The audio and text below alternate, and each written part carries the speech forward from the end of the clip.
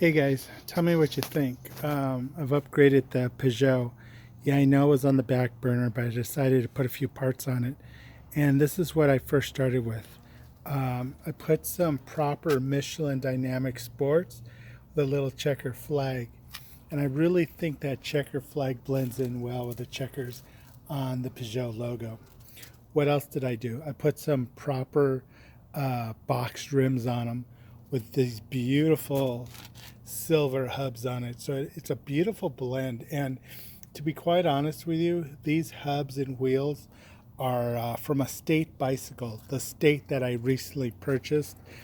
And I was not so happy with the tire. I mean, not so happy with the wheels. So these are the original wheels with the original tires off the State bicycle, which now has my oval wheels on the State. And I think it worked out perfect because it blends in perfectly on this bike. Also, the gold caps, the anodized caps, go well with roll saddle.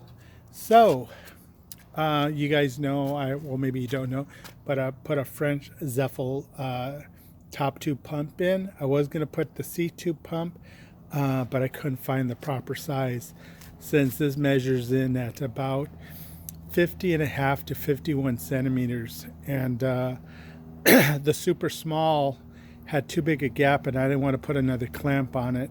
So this worked out perfectly without using a clamp. Yeah, the bike looks good right now. And it really looks good with the toe clips and straps, even though they're a pain in the ass to ride with. You know, I'm so used to clipless pedals since, wow, 84, 85 when I started riding. I was lucky enough to have clipless right away, the original white look clipless. The ones you saw, like I believe it was the 84 Tour de France when I first saw Bernardino using them, or the 85 Tour de France, I forget, but I remember seeing them on, what was it, CBS. It used to broadcast the Tour de France in the United States back in the day. I just remembered and yearning to get home on Sunday afternoon to turn on stages of the Tour de France.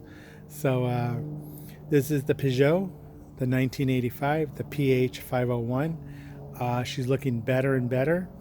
I need to work on the spacing on the rear hub though, because this axle is about maybe 2 millimeters or 2 centimeters wider than it needs to be. So I got to find something that's going to fit back here. I'm afraid of spreading out the rear triangle too much for fear of cracking the frame. But I'll get something to spread it out a little bit. This way that wheel sits back a little bit stronger and a little bit firmer. I don't have to worry about, you know, hitting a bump and then that wheel knocking out. But the wheels are spinning true. The hub sounds beautiful on this bike. I don't recall hubs being really loud back in the day, but this hub just sounds really, really nice. So if you guys have any questions on the old Peugeot, this is the Peugeot, the PH501. She's looking better and better. I still haven't clear coated her because every time I find a part or something to replace, I just don't want to get it painted yet. But by summer, I think this bike is just going to look proper. I think this bike is going to be a classic.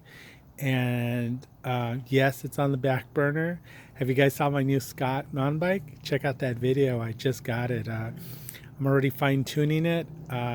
Did a small ride, not a proper ride, but did a small ride on it. But tomorrow I'm taking it out on the dirt and see what she really can do. I'm kind of excited about it. And you guys know I'm not the biggest fan of mountain bikes, but I'm a big fan of bike sales. And if I could find something affordable but high end, then you know I'm gonna buy it. And that Scott was a beautiful buy.